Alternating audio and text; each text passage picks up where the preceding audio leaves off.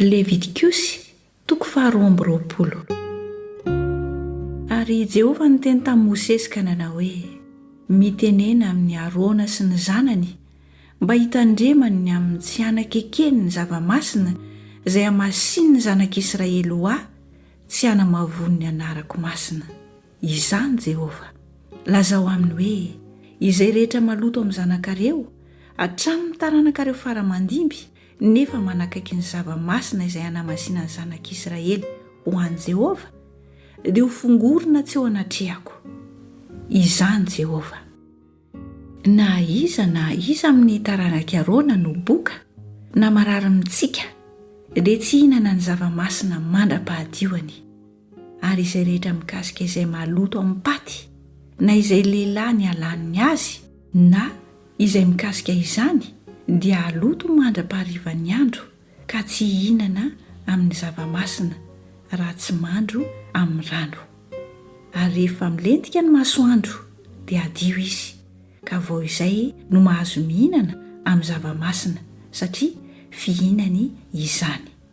Izay mato azy na izay noviraviraim-biby dia tsy hohaniny mba tsy haloto azy. Izany Jehovah. Ary aoka hitandrina izay nasaiko tandremana izy, fandrao meloka noho izany izy ka ho fatiny nanamavony azy. Iza Jehovah no manamasina azy. Ary aza vela hisy olo-kafa inona zava-masina na izay mivahiny eo am-pisorona na izay mpikarama dia samy tsy mahazo mihinana zava-masina.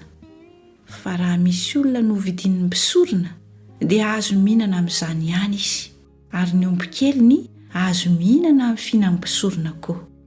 Ary raha misy zanakavavim-pisorona manambady olo-kafa dia tsy hihinana amin'ny fanatitra avy amin'ny zava-masina izy.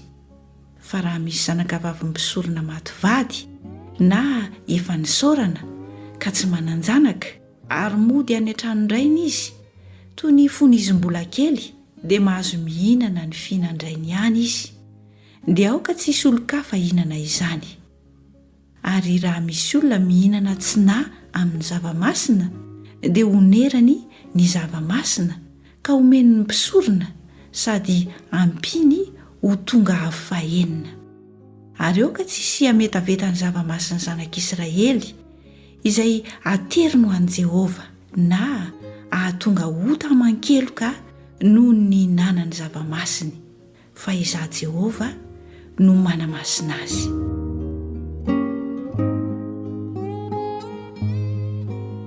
Ary Jehovah niteny tamin'i Mosesy ka nanao hoe: mitenena amin'ny Arona sy ny zanany ary ny zanak'Israely rehetra hoe: na iza amin'ny taranak'Israely na amin'ny vahiny eo amin'ny Israely no manatitra ny fanatiny ho fanatitra analany voady na ho fanaty sitrapony izay ateriny ho an'i Jehovah ho fanatitra dorana, dia lahy tsy misy kilema no ateriny, na omby izany na zanak'ondry na osy, mba hankasitrahana anareo. Izay rehetra misy kilema dia tsy aterinareo fa tsy hankasitrahana anareo izany.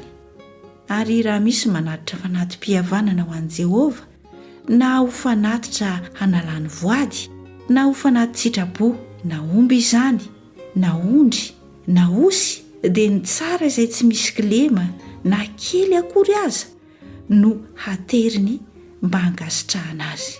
Fa ny jamba na ny misy tapaka na ny kilemaina na ny ferena na ny boka na ny kongonina dia izany no tsy haterinareo ho an'i Jehovah na ataonareo fanatitra amin'ny afo eo ambonin'ny alitara ho an'i Jehovah.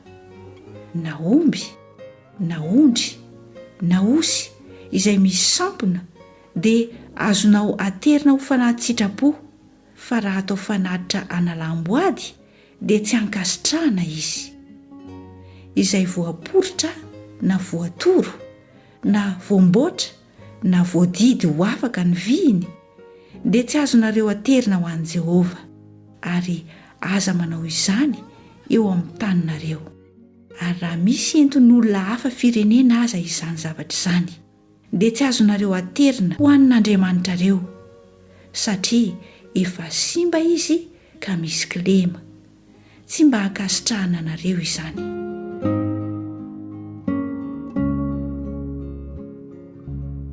Ary Jehova niteny tamin'i Mosesy ka nanao hoe raha misy omby na ondry na osy voateraka dia hitoetra amin'ireny ny havitoana izy, fa rehefa hatramin'ny andro fahavalo no miakatra dia ankasitrahana izy raha atao fanatitra atao amin'ny afo ho an'i Jehova.